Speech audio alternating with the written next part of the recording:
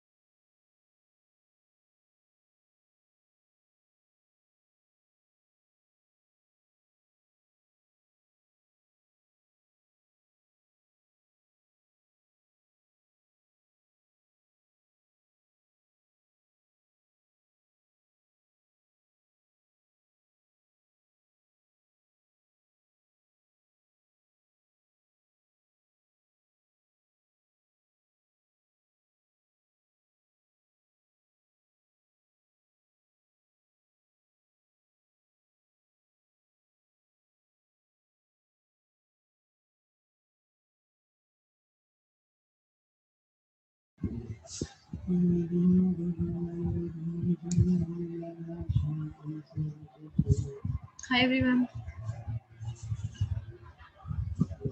I can see only 9 participants are there yet. So without wasting time, I think I should start the lecture. I'm going to share my screen with you guys. Am I audible to everyone? Yes, ma'am. Okay, great.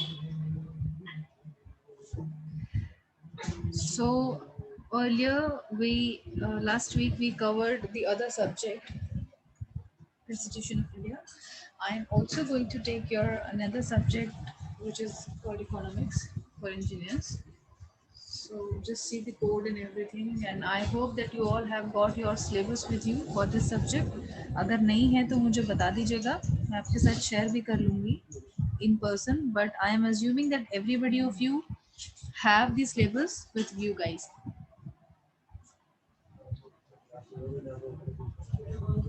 In this particular lecture, I would be covering introduction about what the subject is, micro and macroeconomics both. Meaning, I will just tell you for both the economics, and then we will also cover the relationship of economics with science, engineering, technology, and economic development. That how after studying the economics, it is related to the science also, it is related to your engineering also, your important degree, and then how it is related to technology also, and how it is ultimately letting us grow as an economy in the country, the whole country. So what exactly is the relationship of economics for economic development? This particular lecture we will be covering all this. So this becomes the first topic of yours, you can say, in your syllabus, if you will see. I hope everybody is able to listen to me clearly, properly, and able to take this class properly. कुछ issues रहेंगे अगर आपको, तो आप मुझे बीच में interrupt करके बोल सकते हो without wasting time. Okay, so why you being the engineers and related to computer engineers only, your job is will be somewhere related to computer engineers, software engineering, or maybe hardware engineering, whatever. But why are you guys studying economics? This subject becomes a commerce subject. Why university has given thought that you should be studying this particular thing, you should be studying this subject also? This is because economics is a very practical subject, practical in the sense that it is applying in our practical lives, in our real lives. It is applicable on human beings. It studies human behaviors and studies a lot of things which is a real time implementation on human life. कि कैसे कैसे इंसान, एक human जो भी है, वो decisions लेता है अपनी लाइफ के बारे में, रियल टाइम लाइफ के बारे में। तो वो डिसीजंस लेने में वो और परफेक्शन के साथ अगर डिसीजंस ले सके, ये चीज़ आपको हेल्प करेगी if you study the economics, this branch, this study basically, then it will is going to make you learn better in your routine lives. So every human being would be a better decision maker after understanding what economy is. Okay, so what is economics? Basically, the definition says that the branch of knowledge, economics is basically the branch of knowledge concerned with the production, consumption and transfer of wealth. बेटा मैं आपको जो भी कुछ example दे रही हूँ, या जो भी कुछ आपको रियल टाइम में मैं एग्जांपल्स भी देती हूँ, या अदरवाइज भी आपको कुछ भी पढ़ा रही हूँ, तो I would want you guys to correlate it with your real lives also. क्योंकि ये चीज़ जो भी हम पढ़ रहे हैं सिर्फ बुक से पढ़ के, या मैंने आपको कुछ बातें बता दी, आपने एग्जैक्टली जाकर पेपर में डाल दिया and you scored good marks, which is okay, ultimate basic, तो यही है इस चीज़ का मीनिंग। लेकिन इट इज़ यूजलेस अगर आप इन सब चीज़ों को अपनी रियल लाइफ में अप्लाई नहीं कर पा रहे हो, प्रैक्टिकल लाइफ में अगर आप सोच नहीं पा रहे हो कि किस तरीके से ये काम क्या हो रहा है, क्योंकि हम सब लोग ये काम कर रहे हैं। But after studying also if you are not able to be a better person और to take the decisions in a better way after studying also, तो पढ़ने का कोई फायदा नहीं है फिर इस तरीके से।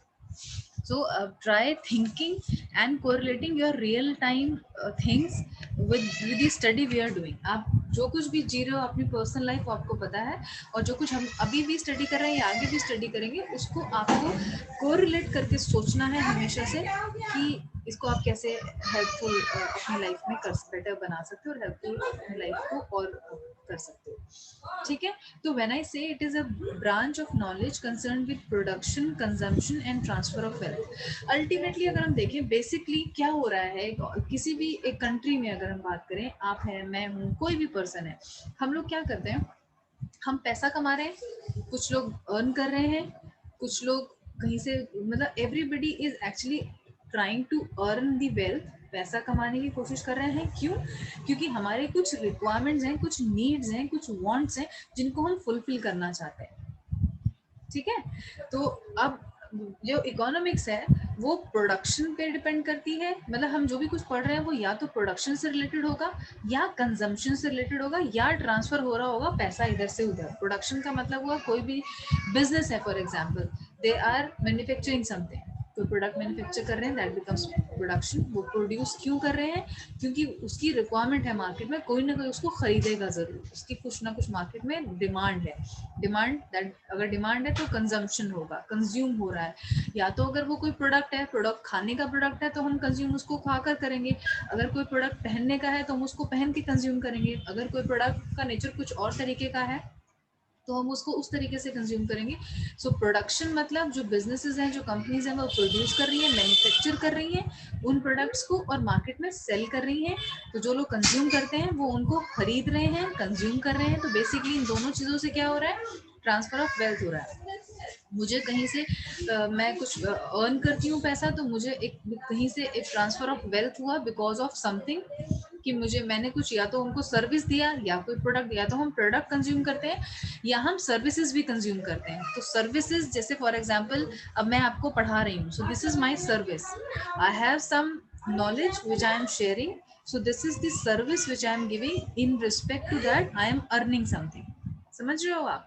तो कोई भी चीज का या तो हम खरीदते हैं, कोई प्रोडक्ट खरीदते हैं, या हम कोई सर्विस खरीदते हैं। फॉर एग्जाम्पल अगर हम कोई गाड़ी खरीद रहे हैं, for example I am buying a new car, buying a new car, I am bringing my home what, एक कार लेके आ रहे हैं हम घर, तो वो प्रोडक्ट हो गया, ठीक है। अब उस प्रोडक्ट, उस कार को मैं यूज करूंगी जिस भी तरह से यूज करूंगी, तो वो उसका कंजम्पशन हो गया, by driving it, by travelling to different places, उस कार का कंजम्पशन हो रहा है। तो वो मेरा प्रोडक्ट मैंने खरीदा, ठीक है, प्रोडक्शन हुआ कार का, कंजम्पशन हो रहा है कार का ही, एज अ कस्टमर मैंने किया। बट अगर वही कार को हम थ्रू ओला उबर हम रेंट पर लेते हैं, तो क्या हम घर पर कार लेके आते हैं? नहीं लेके आते, बट फिर भी हम कुछ पैसा देते हैं उनको। तो वहां पर हमने क्या यूज किया, उनका सर्विस यूज किया। सर्विस यूज किया that somebody is driving the car to us, somebody is actually like taking us to some place where we want to travel। तो वो हमने सर्विस लिया, उस सर्विस की वजह से हमने कहीं से पैसा दिया। तो या तो हम कोई भी प्रोडक्ट खरीद कर अपने पास लेके आते हैं और उसको यूज करेंगे आगे, इस वजह से हम पैसा देते हैं, या फिर किसी भी सर्विस की वजह से, कोई सर्विस हमने अवेल करनी है उसकी वजह से हम पैसा देते हैं। तो आप लोग अपनी फी जैसे दे रहे हैं, ऑर्गेनाइजेशन को अपनी फी दे रहे हैं, तो you are paying something in respect to that what you are getting as the service, you're getting service to the knowledge and the access and to your degree, the access to your degree also, so you're getting that as a product, and the knowledge which you will be learning will be the service provided to you by the organization। आप समझ गए? Organisation मतलब college, हम यहाँ पर एक organisation समझेंगे। तो एवरीवेयर प्रोडक्शन हो रहा है या कंजम्पशन हो रहा है, और इन दोनों को का when these two things take place, तो ट्रांसफर हो रहा है पैसे का। This is economics. इकोनॉमिक्स चाहे वो कहीं पर भी हो, किसी भी लेवल का हो, माइक्रो हो, मैक्रो हो, या कुछ भी हो, हम यही तीन चीजों के बारे में से रिलेटेड पढ़ेंगे जब भी हम पढ़ेंगे, ठीक है। तो इकोनॉमिक्स इज द स्टडी कि ह्यूमन बींग्स कैसे डिसीजंस लेते हैं, कि उनको क्या कब कंज्यूम करना है, कितना पैसा कब किस चीज में लगाना है, क्योंकि हर किसी के पास जो मीन्स हैं अपनी वांट्स को फुलफिल करने के लिए, जो मीन्स हैं, मीन्स का मतलब पैसा हो सकता है या कोई भी तरीका जिससे हम वो चीज फुलफिल करें, वो हर किसी के पास लिमिटेड है। मतलब हम कभी भी इतना नहीं कमा पाते, चाहे कितना भी हो जाए हमारे पास, हम कभी भी इतना, हमारे पास सोर्सेज नहीं होते हैं कि हम अपनी सारी विशेस को पूरा कर सकें। हमारी एक विश, एज सुन एज आपको पता ही है, जैसे भी हम, हमारी कोई विश रहती है या हमारी कोई वांट रहती है, हम उसके लिए काम करते हैं पहले, कि मैं ये लेना चाहता हूँ या मैं ये लेना चाहती हूँ, फॉर एग्जाम्पल व्हाटएवर। तो वो चीज हम जब तक काम कर रहे हैं उसको, जैसे हमें वो मिल जाता है, हमारी वांट या विश जो है वो दूसरी चेंज हो जाती है।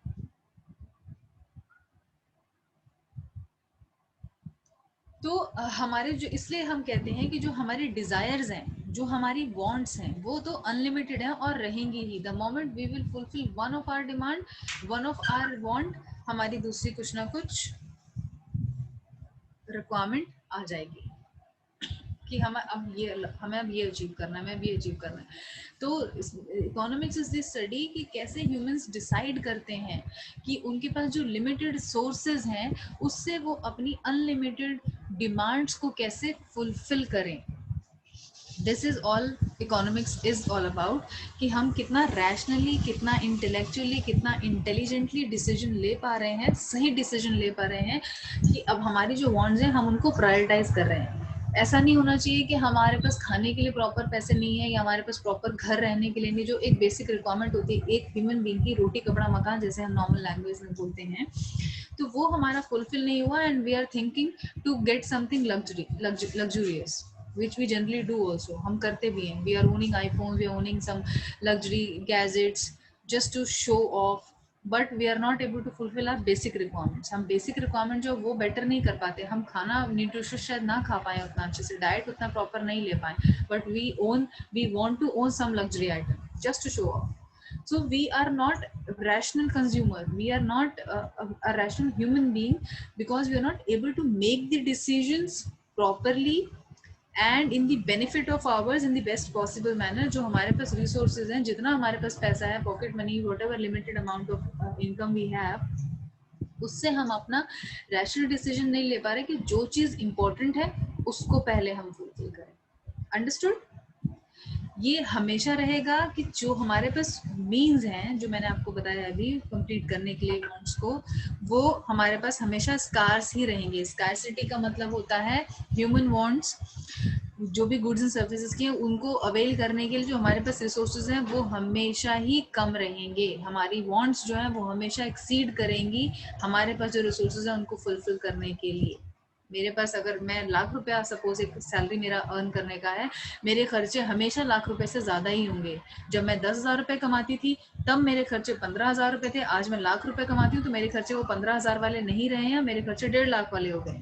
Understanding my point? ये बहुत बेसिक ह्यूमन नेचर है हमारा. हम जितना भी अर्न कर लें चाहे, हम सेटिस्फाई कभी नहीं होते, हमें कुछ ना कुछ चाहिए होता है ऐसा जो हम नहीं कर पा रहे होते हैं.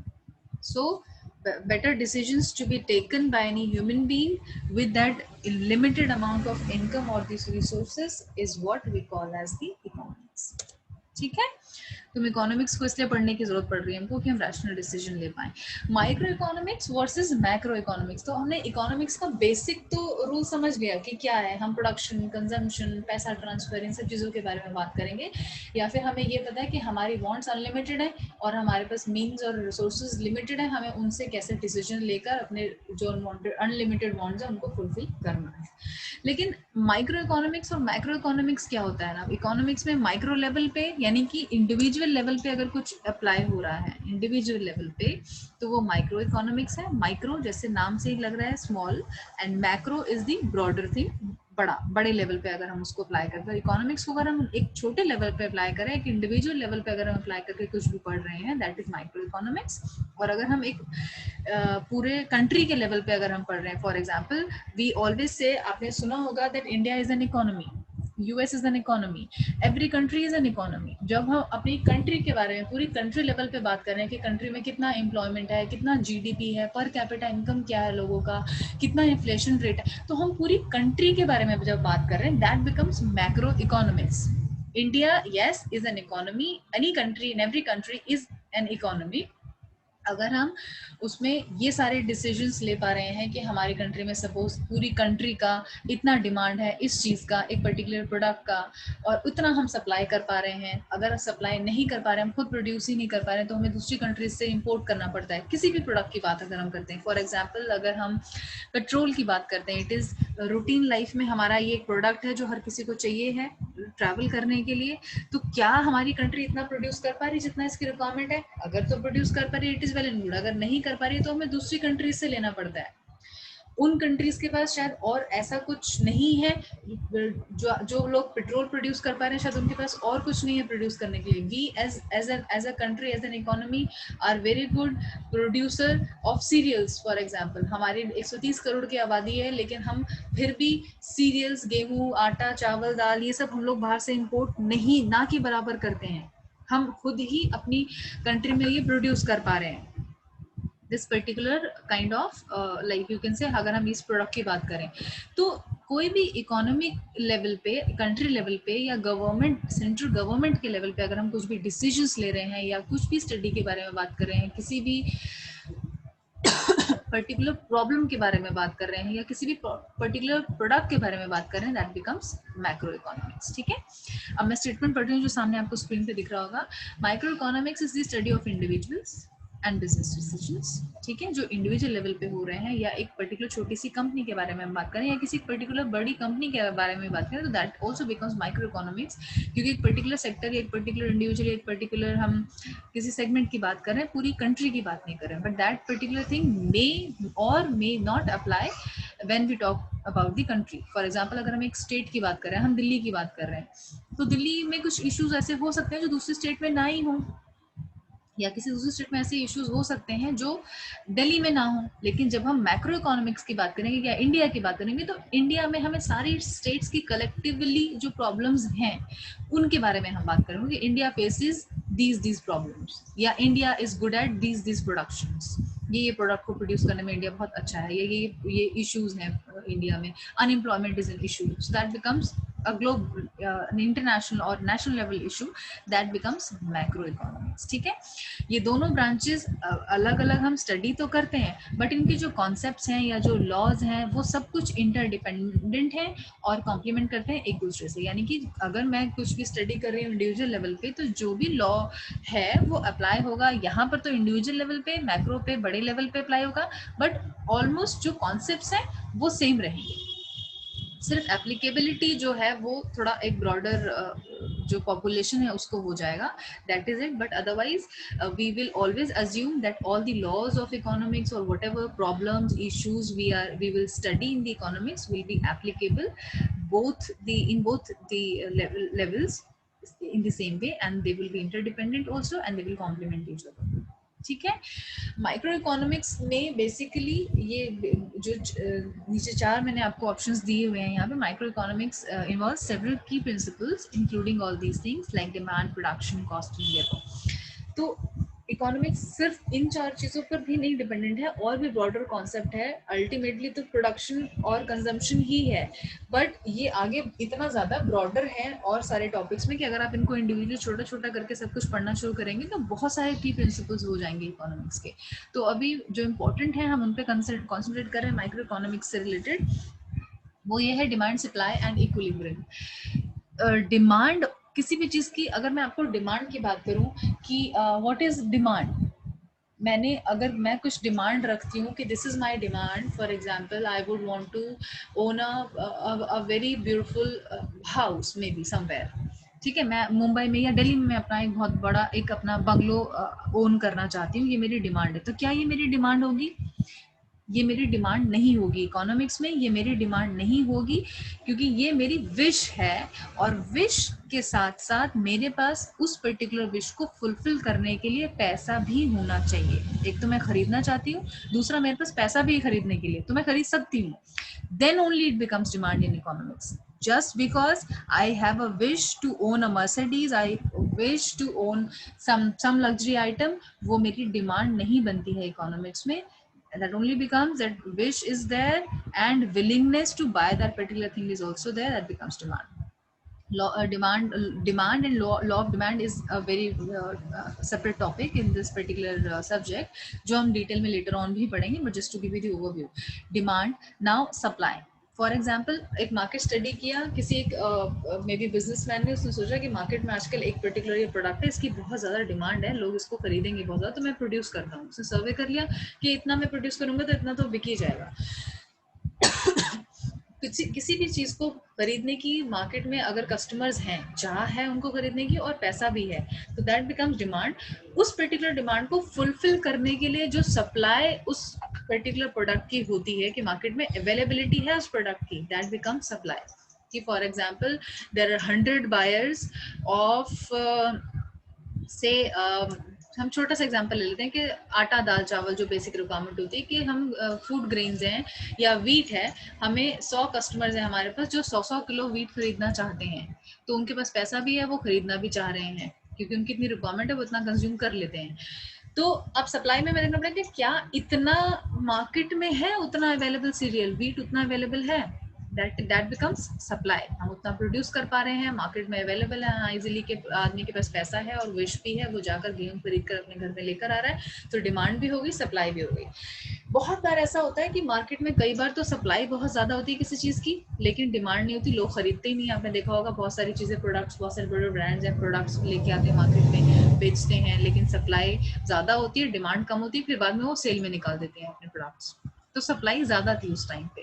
कई बार ऐसा होता है कि मार्केट में डिमांड, लेकिन सप्लाई बहुत कम है और डिमांड बहुत ज्यादा है। कोई भी एक ऐसी चीज है, सपोज कोई भी ऐसा बेसिक सा रिक्वायरमेंट आप प्रोडक्ट का ले लीजिए कि जिसमें डिमांड आदमी के पास बहुत लोग बहुत ज्यादा खरीदना चाह रहे हैं, लेकिन मार्केट में अवेलेबल ही नहीं है वो चीज, सप्लाई उतनी नहीं है, डिमांड बहुत ज्यादा है, सप्लाई नहीं है, अवेलेबल नहीं है मार्केट में वो प्रोडक्ट। तो फिर उसका इम्पैक्ट क्या होता है, प्राइसेस बढ़ जाते हैं। Demand, supply and equilibrium. Equilibrium क्या होता है, जिस पर्टिकुलर स्टेज पे या एक ऐसी सिचुएशन जहां पे मार्केट में जितनी डिमांड है उतनी ही सप्लाई है, बराबर है वो चीज, वो particular situation is called equilibrium. ठीक है, तो पहला प्रिंसिपल ये हो गया, demand, supply, equilibrium. Production theory हो गया नेक्स्ट। प्रोडक्शन थ्योरी क्या बताता है, किसी भी एक मार्केट में एक पर्सन जो बिजनेसमैन है या प्रोड्यूसर है किसी चीज का, जो प्रोड्यूस कर रहा है, या मैन्युफैक्चरर है जो मैन्युफैक्चर कर रहा है कुछ भी चीज, कोई प्रोडक्ट, उसको कितना प्रोड्यूस करना चाहिए, कैसे प्रोड्यूस करना चाहिए, क्या गुड्स एंड सर्विसेज जो है वो कैसे प्रोड्यूस हो रही हैं, किस तरीके और कितनी प्रोड्यूस हो रही है। प्रोडक्शन थ्योरी बताता है कि कितनी प्रोड्यूस कर पाए। अगर वो इतनी ज्यादा प्रोड्यूस कर लेगा, बहुत ज्यादा प्रोड्यूस कर लेगा और डिमांड उसका 50% भी नहीं होगा, तो उसको लॉस होगा, क्योंकि प्रोड्यूस करने में कुछ कॉस्ट तो जा ही रहा है। 50% अगर बिका ही नहीं तो लॉस उसको कहीं ना कहीं होने वाला है। तो production theory helps the person to know कि किस तरीके से कितना उसको गुड्स एंड सर्विसेज प्रोड्यूस करना है, क्रिएट करना है या मैन्युफैक्चर करना है, at what point in time. Cost of production. Cost of production होता है कि किसी भी चीज को प्रोड्यूस करने के लिए क्या कॉस्ट आ रहा है, पैसा कितना लग रहा है एक प्रोडक्ट को बनाने के लिए। फॉर एग्जांपल एक फोन है, एक अगर हम फोन कंपनीज की बात करें, फोन मैन्युफैक्चरर कंपनीज की बात करें, हम एप्पल की बात करते हैं। अगर एप्पल वैसे तो बहुत सारे प्रोडक्ट्स बनाते हैं, बट अगर हम अभी सिर्फ मोबाइल सेगमेंट की बात करें तो एप्पल के आईफोन्स जो हैं, आईफोन्स की कॉस्ट क्या पड़ती होगी एप्पल को बनाने की, ठीक है। और प्राइस क्या होता है, जिस प्राइस पर वो प्रोडक्ट बिकता है। तो कॉस्ट और प्राइस दोनों सेम चीज नहीं होती हैं। कॉस्ट होती है वो चीज, वो पैसा जितने पर पैसा लगाया कंपनी ने और वो प्रोडक्ट उसको मिल गया, उसमें वो अपना मार्जिन ऐड करते हैं प्रॉफिट का, कि मुझे कितना प्रॉफिट अर्न करना है। फॉर एग्जांपल एक आईफोन को प्रोड्यूस करने की कॉस्ट लगती है 10,000 रुपये में, उनको एक कॉस्ट लगती है उनकी 10,000 रुपये में एक फ़ोन तैयार होता है। अब वो सोचते हैं कि हम इसको मार्केट में बहुत, क्योंकि उनका मार्केट वैल्यू बहुत अच्छा है, ब्रांड वैल्यू बहुत एक्सपेंसिव है, तो वो बहुत अच्छा प्रॉफिट अर्न करते हैं। एक छोटी सी डिवाइस जो उनको शायद 10,000 रुपये की भी नहीं पड़ती होगी, उसको वो मार्केट में 1,10,000 रुपये की बेचते हैं।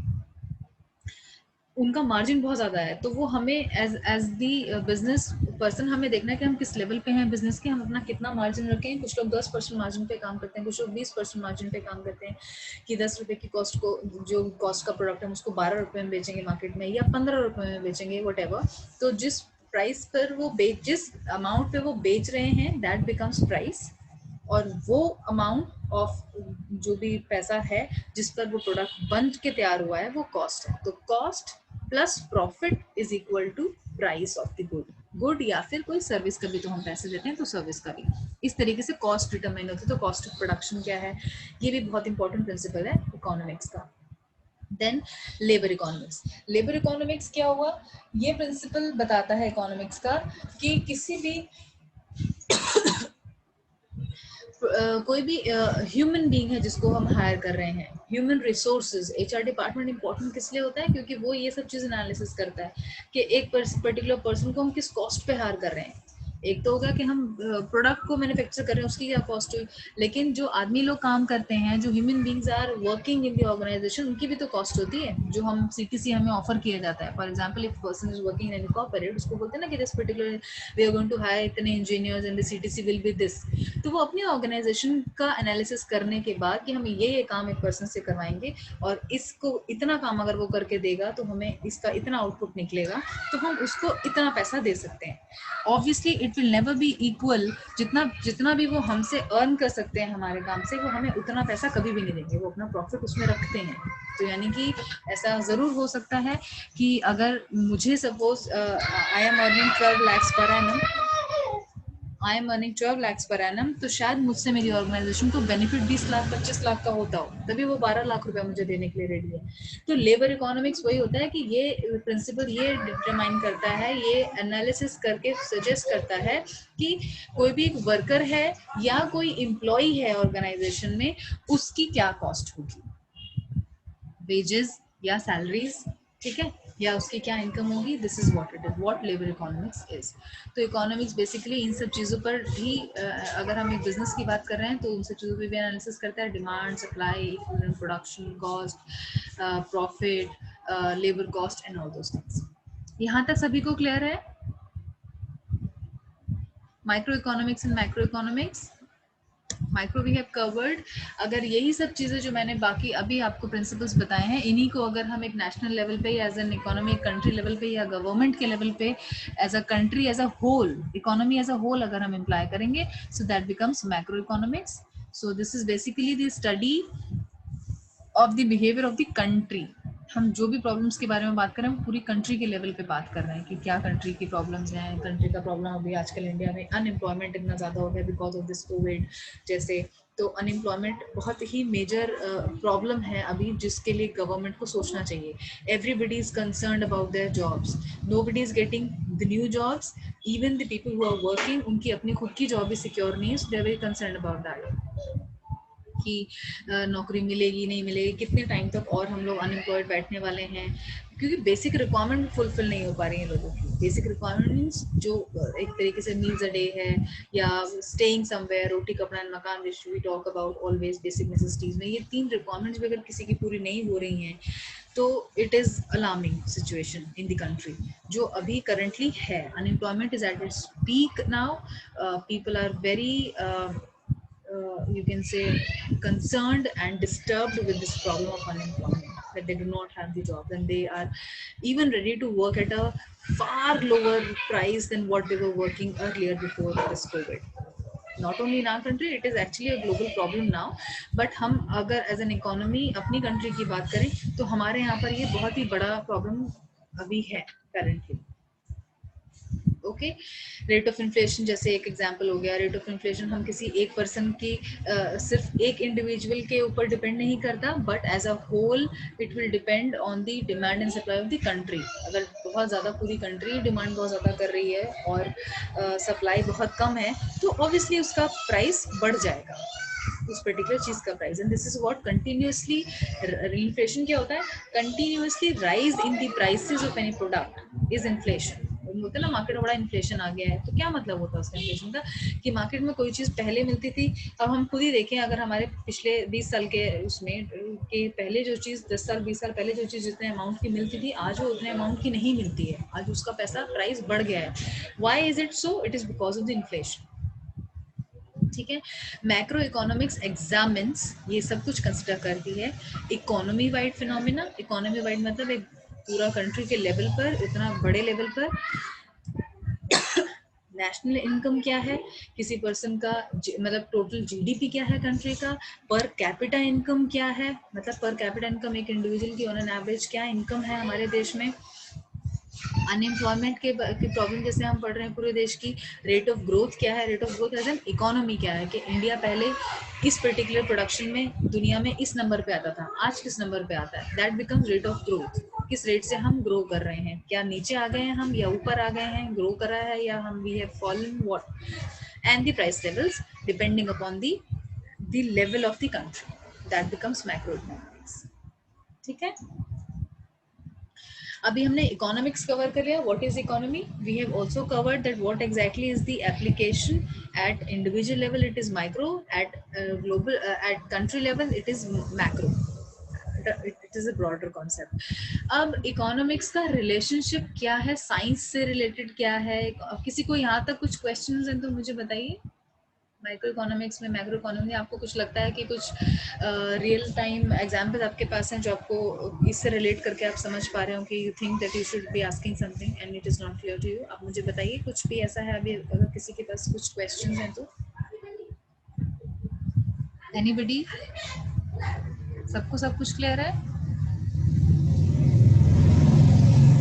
आई एम अज्यूमिंग कि सबको सब कुछ क्लियर है, तो I am moving forward. Now we will study what is the relationship between economics and science. Economics और science का क्या relationship है? जिस तरीके से science is a very important subject and science is applicable everywhere in everybody's life. Science हर किसी के life में implement होता है, right? We follow the same laws, whatever science has given the proved laws, वो सब सभी के लाइफ में इक्वली इम्पॉर्टेंट है और एप्लीकेबल भी होते हैं. Law of gravity for example is the law in science. तो वो ग्रेविटी हर किसी के ऊपर इम्प्लाई होता है. अर्थ हर किसी को अपनी तरफ खींचती है. There is nobody who is flying in there, right? So in the same fashion, economics has also got its laws. Hypothetically उतना proven, उतने solid level पे बेस पर प्रूव नहीं होते हैं इसके लॉज. हर किसी पर उतना क्लियरली इम्प्लीमेंट नहीं होते हैं जैसे साइंस के होते हैं. But economics also has its laws like science. जैसे लॉ ऑफ डिमांड हो गया. लॉ ऑफ डिमांड कुछ कहता है, there is a statement given to law of demand. वो लॉ ऑफ डिमांड जो है वो लॉ पर्टिकुलरली हर किसी पर्सन पे नॉर्मली अप्लाई हो गई होगा. So this is the relationship. Economics is generally regarded as social science. It is not the proper science but it is the social science because it is related to the society, it is related to the human beings, it is related on the nature behavior of the humans or the individuals of any society. ठीक है. Critics argue that economics is not a science. कुछ लोग ये भी कहते हैं कि भाई इकोनॉमिक्स साइंस नहीं है, तुम इसको साइंस क्यों बोलते हो, राइट? ठीक है, क्योंकि साइंस की तरह से इतना ज़्यादा इसके experiments and everything are not applicable to everybody, क्योंकि हर किसी के अपने टेस्ट होते हैं. हर इंडिविजुअल का अपना एक टेस्ट है, अपना एक थिंकिंग थॉट प्रोसेस है और उसके हिसाब से वो अपना डिमांड कर सकता है या वट कर सकता है. तो it is not science. Critics ऐसा कहते हैं कि साइंस नहीं है क्योंकि इसके जो टेस्ट्स हैं वो उतना ज़्यादा हाइपोथेटिकली हम लोग उस लेवल पर जाकर प्रूव नहीं करते जिस लेवल पर साइंस करती है. सो वी जनरली इसलिए हम कहते हैं कि साइंस नहीं है but it is a social science because it has got its laws which is applicable to everybody in the general scenario in a normal situation. Scarcity sorry, ये हम तब की बात नहीं करें जब कभी कोई emergency है कुछ है, but in the normal scenarios whatever are the laws it will be applicable to all the people of the society in the same fashion. That is why it's a social science. So economics is the scientific study of the ownership, use and exchange of the scarce resources. Scarce resources क्या हो गया? मेरे पास मेरी income for example है, that is the mean to procure or to buy or to fulfill any of my demand. तो वो study है, scientific study है कि मुझे अपना उस स्कैर्स रिसोर्स को कितना मैं ओन करूंगी, यानी कि मैंने कितना पैसा अर्न किया उसमें से मैं कितना अपने पास रखूंगी. ओनरशिप मेरी कितनी रहेगी कितने पैसे की, यानी कि मैं अपने पास कितना पैसा बैंक में रखना चाहती हूँ, कितने को मैं यूज करूंगी या एक्सचेंज करूंगी, कुछ पैसे देकर कुछ चीजें खरीदूंगी. ठीक है, that is what it is. Often shorten to the science of scarcity. ये स्कैसिटी का प्रॉब्लम जो है it is the global problem और ये हमेशा ही अवेलेबल रहेगा. ह्यूमन नेचर में ये चीज है. We are never ever satisfied. हम कभी भी सेटिस्फाई हो भी नहीं सकते हैं अपनी रिसोर्सेज से, scarce resources. So scarcity will always be there. We just have to make the rational decision to fulfill our demand. Economics is regarded as a social science because it uses scientific method. हम science और economics पढ़ रहे हैं क्योंकि scientific methods को use कर रही है. थेरीज देती है. थेरीज है मतलब law of demand is one of the theory, like law of production. किसी की प्रोडक्शन थेरी दे दिया इसने कि क्या प्रोडक्शन करना है, एनालिसिस करो, मार्केट का सर्वे करो, स्टडी करो. और फिर एक जो हमने ऊपर भी अभी थेरीज पढ़ी है सारी प्रोडक्शन की, कॉस्ट क्या रखेंगे, किस प्रोडक्ट का क्या प्राइस होगा, किस प्राइस पर बेचेंगे हम मार्केट में, ये कौन डिसाइड करता है. ये सारी चीजें मेथड हैं जो हम साइंटिफिकली ही फॉलो कर रहे हैं. कुछ थ्योरीज को कहीं ना कहीं अप्लाई करके हम वो सारी चीजों को डिटरमाइन कर रहे हैं. तो बहुत इंपॉर्टेंट रिलेशनशिप है इकोनॉमिक्स का साइंस से, क्योंकि हम बहुत सारे साइंटिफिक मेथड्स यूज कर रहे हैं and we also give the laws as the science in economics.